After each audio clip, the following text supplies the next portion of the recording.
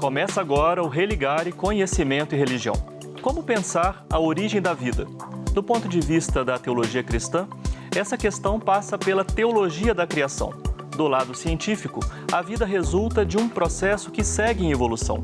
No Religare de hoje, vamos debater sobre teologia da criação e ciência da evolução. Eu recebo aqui no Religare de hoje o teólogo, jesuíta e reitor da FAGE, Geraldo Demore. Geraldo, bem-vindo ao Religare. Obrigado mais uma vez por estar aqui.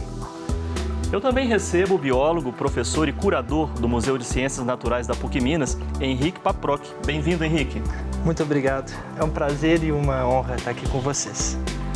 Participe do programa, envie uma pergunta sobre o tema de hoje para os nossos convidados. Utilize o perfil do nosso programa no Instagram. Acesse @ReligareCR. Comece a nos seguir e participe. Já estamos aqui esperando pela sua pergunta. E se você quiser rever este programa e tantos outros que fizemos ao longo desses 15 anos, acesse o YouTube e procure por Religare Conhecimento e Religião. Clique em inscrever-se e marque no sino para receber as nossas atualizações. E sempre que você gostar, compartilhe as entrevistas do Religare em suas redes sociais. Colegas, uma conversa bastante atual.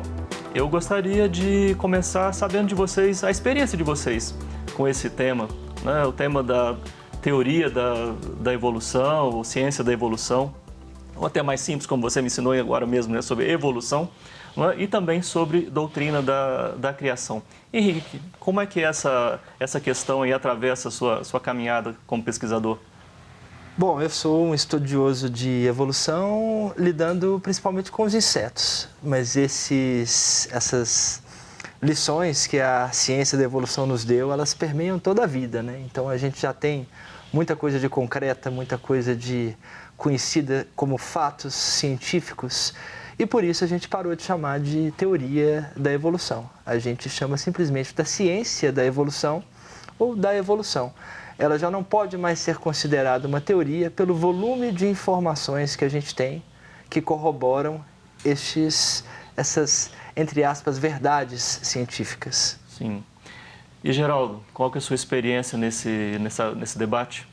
Bom, eu sou professor de antropologia teológica e um dos temas principais da antropologia é a questão da criação e faz parte, né, da fé cristã. O primeiro artigo da fé cristã é crer em um Deus criador, né? E a criação faz parte, então, dos interesses de um professor de antropologia.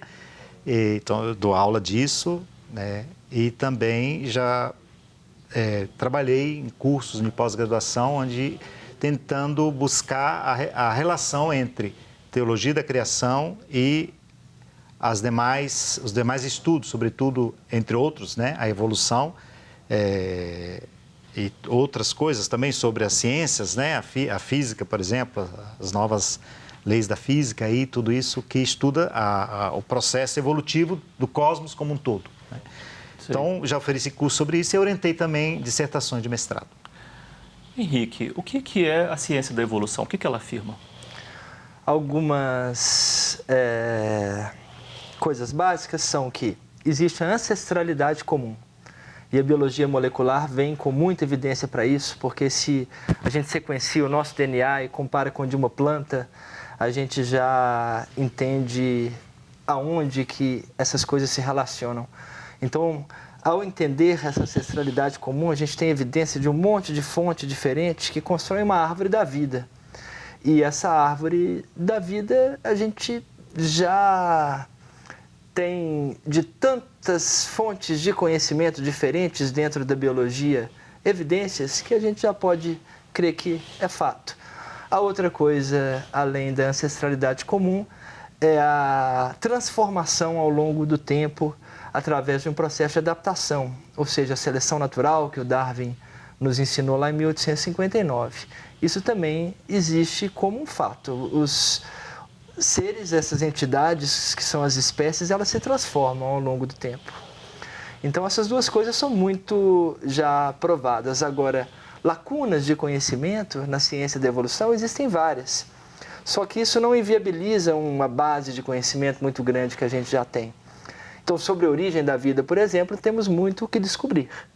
mas sobre ancestralidade comum e descendência com transformação, nós não precisamos de mais nada para explicar uma alternativa do que já se sabe.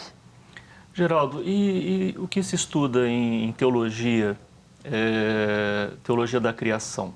Né? Quais são as afirmações básicas? Primeiro de tudo, acho que é importante dizer que a teologia ela está baseada nos textos considerados revelados, né? Textos da Sagrada Escritura, mas sabemos que são textos que traduzem uma experiência espiritual, religiosa do povo judeu, no caso do cristianismo, mas também todos os povos têm relatos de criação. Não só o cristianismo, não só o judaísmo, não só o islã. Também os povos indígenas aqui do Brasil, né, os povos africanos, todos têm relatos religiosos sobre o começo de tudo, o começo do cosmos, o começo da vida. E no caso do judaísmo e do cristianismo, tem os relatos da criação, são dois lá no começo da Bíblia, né, do livro do Gênesis, tem um relato que o mundo foi criado em 7 dias, né, pela palavra de Deus, ou então o relato, capítulo 2, que fala que Deus criou o ser humano e colocou num jardim, que ele também preparou um jardim para o ser humano cuidar, né? E tem muitas outras afirmações ao longo da Sagrada Escritura sobre Deus Criador. Mas são todos textos baseados numa experiência de perguntas sobre o sentido da vida, de onde nós viemos. Eles não têm estatuto científico, porque a ciência nem existia na época que esses textos foram elaborados, né? Então, o que havia e sempre acompanhou o ser humano é a pergunta, né, de onde viemos, para onde vamos. Ou seja, a pergunta pelo começo, a pergunta pelo fim. E a fé, a religião, as religiões, elas oferecem respostas sobre isso. Então, no caso, a teologia da criação, ela tenta compreender qual que é o significado disso para quem crê, no caso, por exemplo, em Cristo. Em princípio, não há um interesse, então, como você acabou de dizer, não é de dizer como é que o mundo foi criado mesmo. Assim? Não. São narrativas míticas e elas é muito interessante porque a gente compara, a gente conhece hoje como eram as outras narrativas da mesma época dos povos circunvizinhos. E eram narrativas assim interessantes, porque eram narrativas um pouco polêmicas. Então, por exemplo, só para dar um exemplo que é muito interessante no livro do Gênesis, capítulo 1. Todas as obras da criação, no final de cada dia, Deus olha, contempla e vê que era bom. Por que o autor insiste tanto em dizer que a criação é boa? Né? Não é porque não houvesse imperfeições, não houvesse lacunas, né? É porque estava em polêmica com outras cosmovisões religiosas para as quais a matéria era má, por exemplo. Então, assim, os relatos bíblicos, né, eles querem oferecer uma orientação para a vida, né?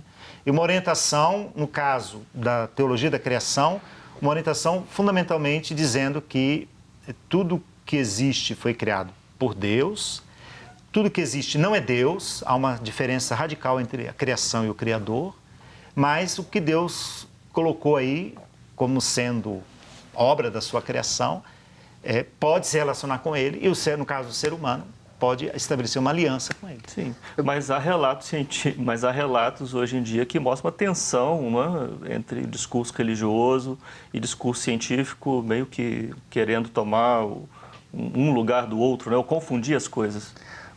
Ainda antes disso, comentando o que o Geraldo acabou de dizer, eu acho que o ser humano ele se sente muito ávido, muito angustiado, ele precisa de respostas. E o cientista é um destes, só que o cientista ele só aceita as respostas que têm uma fundamentação matemática, que tem uma fundamentação no método, de serem reproduzíveis, de serem fontes independentes de evidências. Então, esse é o momento aí da confusão, porque ao estar calmo, ao estar saciado com uma explicação, eu posso deixar a ciência de lado.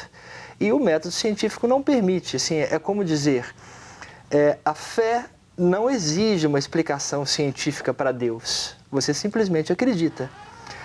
E a ciência também não vai se meter a explicar o sobrenatural. O sobrenatural, a ciência explica o natural, através do método científico. Então, talvez nesse lugar nessa confusão que as coisas estão ficando em conflito, eu penso. Eu acho assim, quando surgiu a ciência chamada moderna, né, lá no século XVII, com Galileu, a ciência, antes havia uma espécie de explicação, vamos dizer assim, mais unificada do mundo, que era dada pela filosofia e pela teologia, né? Quando surgem as ciências, sobretudo no caso primeiro a física, depois as outras ciências todas exatas que foram surgindo, elas, claro, como você falou muito bem, elas têm um método, né? Elas baseiam-se muito na experiência, né? E baseiam-se também na matematização. Sim. Então, a ciência ela não pode obedecer a um dogma, pode obedecer a uma crença, ela tem a crença dela, que ela quer explicar tudo, né? Mas, vamos dizer assim, ela não está baseada em princípios metafísicos, princípios religiosos, né? Mas no método. Então, começou a haver uma espécie de conflito entre ciência e religião, e a gente sabe que a modernidade foi muito conflitual com relação à religião, então esse conflito foi se tornando cada vez mais um divórcio, e então surgiram duas explicações, né? Explicação científica e explicação religiosa ou teológica. E às vezes uma querendo usurpar o lugar da outra, né? Eu vou deixar uma questão para o segundo bloco, a gente vai chamar um intervalo agora, mas se é possível produzir um diálogo sem produzir confusão de âmbitos e de métodos, não é? Entre ciência e teologia no quesito, então, criação. Hoje no Religar eu recebo o teólogo jesuíta Geraldo Demório, o biólogo Henrique Paproc. O tema do programa de hoje é Teologia da Criação e Ciência da Evolução. Você pode participar enviando uma pergunta pelo nosso perfil no Instagram, ReligareCR. Os nossos convidados estão esperando pela sua participação, eu também. Nós vamos para um rápido intervalo e voltamos já.